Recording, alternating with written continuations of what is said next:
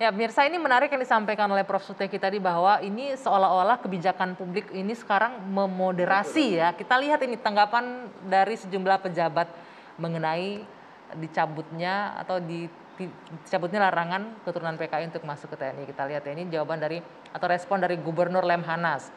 Dukung Andika Perkasa soal keturunan PKI bisa daftar TNI. Oke, kemudian, wah ini politisi nih temannya Bung Mardhani nih, Fadlizon. Tidak ada larangan keturunan PKI daftar TNI, tapi perlu waspada. Oke. Kali ini tumben ya. Itu kawan saya Oke. itu. Nah, kemudian DPR dukung keturunan ex-PKI bisa daftar TNI, tapi harus bebas terpapar komunisme. Oke, sudah ini ya. Tapi kemudian bahwa responnya ya silakan mendukung nggak apa-apa. Artinya Anda melihat ini sebagai bentuk tadi moderasi, permisif, atau justru harus diwaspadai nih dengan kondisi seperti ini? Kalau pernyataan-pernyataan tadi kan sangat normatif, karena tentu didasarkan hanya pada peraturan perundang-undangan. Sementara saya tadi katakan, membaca kebijakan publik itu tidak bisa hanya berdasarkan pada peraturan perundang-undangan, tetapi kompleksitas, karena undang-undang itu kan hanya bangkainya hukum gitu.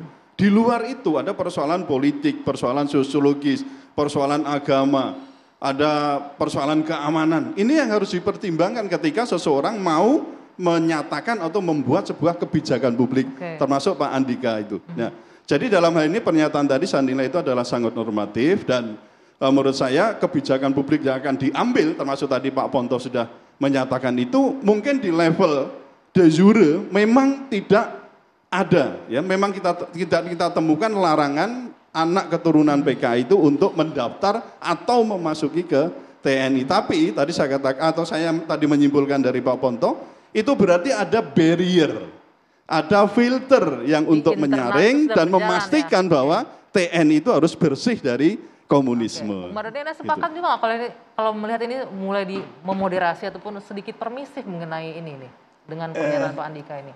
Kalau Bung Karno kan jas merah ya, jangan lupakan sejarah ya. Jadi jangan sampai kita jatuh ke lubang yang sama dua kali. Karena kalau kita ngelihat sejarah PKI dalam waktu yang sangat singkat, bisa membangun kekuatan yang bersenjata bahkan gitu loh. Dan kemampuan mengadu domba, kemampuan dia untuk menginfiltrasi, bagaimana kasus 6 jenderal itu, buat saya wajar kalau publik menginginkan ada penjelasan yang lebih rinci, lebih sistematis, lebih detail terhadap kebijakan-kebijakan yang permisif ini.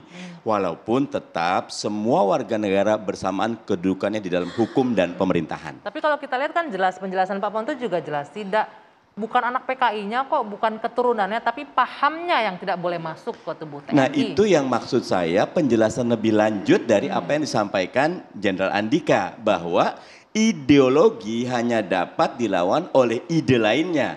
Tidak bisa, kayak misal dites, ya kemampuan testing secanggih apapun tetap kalah, ide itu punya kaki. Tapi terbukti kata Pak Ponto nggak ada tuh yang masuk sampai saat ini di TNI yang paham ideologi Iya nanti pernyataan ini akan bisa dikontra oleh teman-teman yang pengamat militer katakan ya. Kalau saya tidak pada posisi ingin mengkonter itu, tetapi ide itu dilawan dengan ide yang lain. Dan karena itu perlu dengan adanya isu ini, Jenderal Andika atau TNI memberikan penjelasan yang lebih sistematis, yang lebih dalam untuk menyelesaikan trauma sejarah ini sehingga bangsa kita menjadi lebih dewasa dan maju ke depan.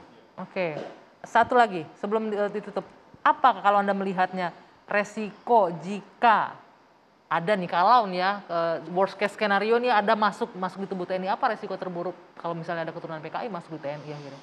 Ya, lagi-lagi TNI itu penjaga gerbang utama NKRI dan Pancasila kita. Dan sehingga kalau quote and unquote fondasinya rapuh ataupun berkarat, maka sangat berbahaya bagi keberadaan NKRI kita. Oke, Pak Ponto, dengan segala instrumennya TNI pasti bisa menjamin ya kekhawatiran ini tidak akan terjadi ya, bahwa oke boleh masuk pendaftaran tapi tidak akan lolos filternya, saringannya sangat rapat dan ketat gitu ya. Ya. Sudah bisa dijamin seperti itu? Bisa dijamin. Kan terbukti saya masuk tahun 73 kan sudah bebas itu. Sampai hari ini apakah ada? Kan tidak ada.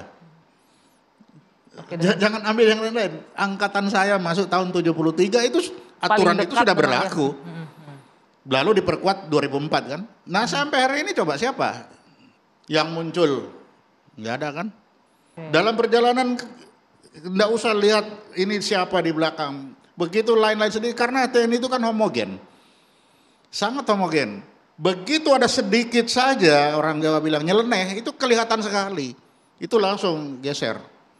Anda tadi sempat bilang bahwa yang Anda termasuk orang salah satu yang membuat ya alat sistem deteksi itu ya Pak Ponto ya. Itu berbentuk alat, instrumennya apa? Ada dengan pertanyaan tertulis pertanyaan, tanya jawab. Jadi ada pertanyaan, nanti ada pengamatan. Dalam pengamatan kan kita sudah punya yang diamati ini. Nanti apa pertanyaannya, apa ceritanya, apa jawabnya. Kalau ditanya ini jawaban spontannya apa, nah, itu bisa kelihatan itu. Misalnya ditanya bagaimana pemberontakan PKI menurut Bapak, menurut Jenderal, menurut kan tergantung pangkatnya apa saat itu. Coba bisa diceritakan bagaimana, itu banyak itu pertanyaan-pertanyaan. Dan itu 400-300 pertanyaan kan lumayan, Pak. Pernah tahu. Jadi di situ kita putar-putar gelas ini dari setengah kosong kita tanya setengah isi. Bingung dia kan. Nanti ujung-ujungnya kelihatan pembohongan, bohong. Oke, artinya nggak ada perlu kekhawatiran. Begitu bohong, ini bohong ya, seperti ada sesuatu yang disembunyikan, coret. Nah kan itu. Terakhir bahwa tidak ada perlu kekhawatiran berarti ini. Saya kira bukan soal tidak ada kekhawatiran, tapi kewaspadaan itu kan menjadi penting. Karena memang bagaimanapun komunisme itu kan bertentangan dengan Pancasila, dengan agama Islam, kan jelas begitu. Jadi mestinya orang Indonesia itu kan tidak boleh berpaham komunisme. Saya kadang juga lihat dulu, kenapa ya kok Indonesia itu bisa memberikan ruang untuk membuat partai komunis gitu loh. Sementara kita tahu komunisme, meskipun dulu tahun 20 ya, 1920 waktu dibentuk itu kan, bulan Mei itu kan memang kita belum punya Pancasila. Tetapi taruhlah kayak agama, misalnya Islam ya sudah mulai ada, nanti 12 itu kan Muhammadiyah, kemudian 26 itu NU. Tapi kemudian sampai setelah merdeka, kemudian menjadi besar, taruhlah mulai tahun 48 ya, 48 itu bahkan melakukan pemberontakan, itu dengan Indonesia, kalau 26 kan dengan Belanda. Tapi yang 55 itu kan menjadi partai yang justru besar. Ketiga ya kalau nggak salah ya. 3 besar. Ya, 4 besar. Jadi poinnya harus tetap waspada. Nah, tetap harus waspada. Terakhir gitu. singkat saja Pak Ilham, singkat saja waktu terbatas. Dengan ini apakah Anda melihat ini angin rekonsiliasi mulai terlihat lebih segar nih untuk para korban khususnya?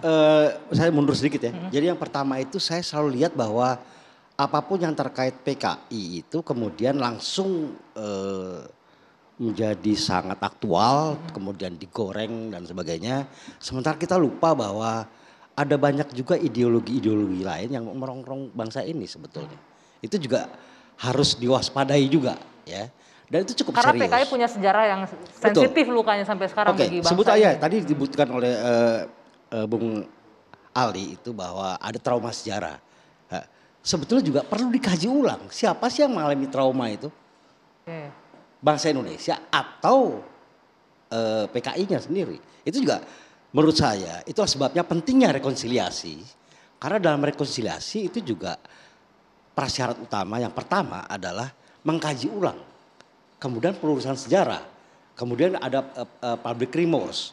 Baru kemudian ada rehabilitasi dan sebagainya. Urutannya kita kira begitu. Tapi poinnya begini bahwa sekali lagi ini mengingatkan bahwa rekonsiliasi nasional itu harus segera diwujudkan. Sesusah-susahnya lakukan sebaik-baiknya. Baik, sayang sekali waktu kita sudah habis. Bapak-bapak sekali lagi terima kasih, Pak Ponto terima kasih, Pak Ilham terima kasih, Bang Mardhani terima kasih, Prof. Suteki terima kasih. Mudah-mudahan apapun itu pernyataan dari Jenderal TNI kita berharap semua orang memang untuk mengakomodir bahwa semua orang punya hak yang sama. Tapi harga mati NKRI dan tidak ada ruang untuk komunis untuk bisa berkembang lagi di tanah air. Kita sepakat untuk satu hal itu ya. Saya Dwi Anggia, saya akhiri 2 sesi malam hari ini. Selamat malam, sampai jumpa.